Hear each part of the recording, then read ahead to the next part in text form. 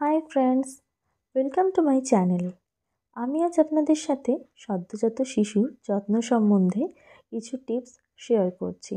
আশা করি এই ভিডিওটা আপনাদের জন্য খুবই হেল্পফুল হবে। ভালো লাগলে প্লিজ একটা লাইক করে চ্যানেলটা সাবস্ক্রাইব করে নেবেন।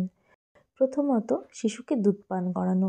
সদ্যোজাত শিশুকে প্রতি 2 থেকে 3 ঘন্টা অন্তর অবশ্যই দুধ পান করাতে হবে। বুকের দুধ বাড়ানোর জন্য মায়ের যা যা সুষম খাদ্যের প্রয়োজন সেই বিষয়ে আমার একটা ভিডিও আছে, আমি ডেসক্রিপশনে লিঙ্ক দিয়ে দেবো, আপনারা দেখে নিতে পারেন। 2 নম্বর হলো ঢেকুর তোলানো। শিশুকে দুধ পান করানোর পর ঢেকুর তোলানো কিন্তু প্রয়োজনীয়।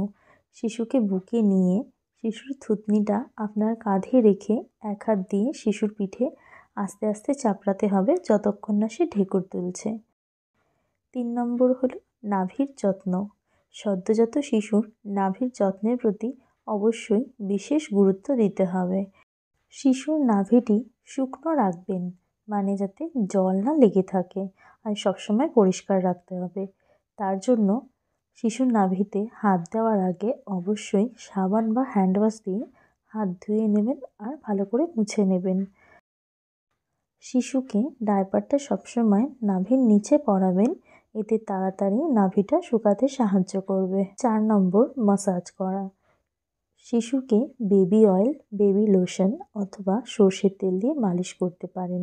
মালিশ করার সময় শিশুর চোখের দিকে তাকিয়ে খেলার ভঙ্গিমায় মালিশ করবেন, এতে শিশুর সাথে আপনার বন্ডিংটা ভালো হবে। 5 নম্বর, স্নান করানো। সদ্যোজাত শিশুর নাভি শুকিয়ে পড়ে যাওয়ার পর শিশুকে স্নান করাতে পারেন। শীতকালে সপ্তাহে 3 দিন, গ্রীষ্মকালে প্রতিদিনই স্নান করাতে পারেন। সদ্যোজাত শিশুকে অবশ্যই উষ্ণ গরম জলে স্নান করাবেন। প্রয়োজনে জল রৌদ্রে রেখে সেই জল দিয়ে স্নান করাতে পারেন, এতে শিশুর শরীরে ভিটামিন ডি পৌঁছাবে। 6 নম্বর, ডায়পার পরানোর পদ্ধতি। শিশুর ডায়পার ভর্তি হওয়ার সাথে সাথেই পাল্টে দিতে হবে। ডায়পার চেঞ্জ করার সময় diaper wipes, diaper rash cream বা পাউডার ব্যবহার করতে পারেন। 7 নম্বর, সদ্যোজাত শিশুকে কোলে নেওয়ার পদ্ধতি।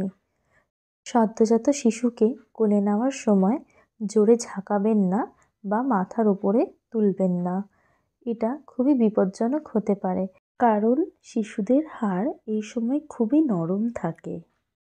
বাইরে থেকে এসে সদ্যোজাতকে কোলে নেওয়ার আগে অবশ্যই হ্যান্ড ওয়াশ দিয়ে ভালো করে হাত ধুয়ে নেবেন, কারণ শিশুর ইমিউনিটি সিস্টেম পুরোপুরি তৈরি হয়নি। গাফিলতি করলে কিন্তু শিশুর ইনফেকশন হতে পারে। আশা করি এই টিপসগুলি আপনাদের সাহায্য করবে। যদি ভিডিওটা ভালো লেগে থাকে তাহলে প্লিজ লাইক, শেয়ার আর সাবস্ক্রাইব করে পাশে থাকবেন। Thank you.